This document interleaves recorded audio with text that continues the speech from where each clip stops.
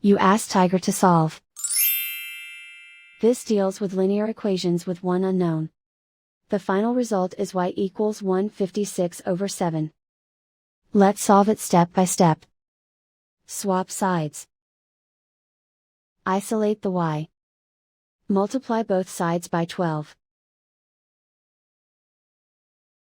Group like terms.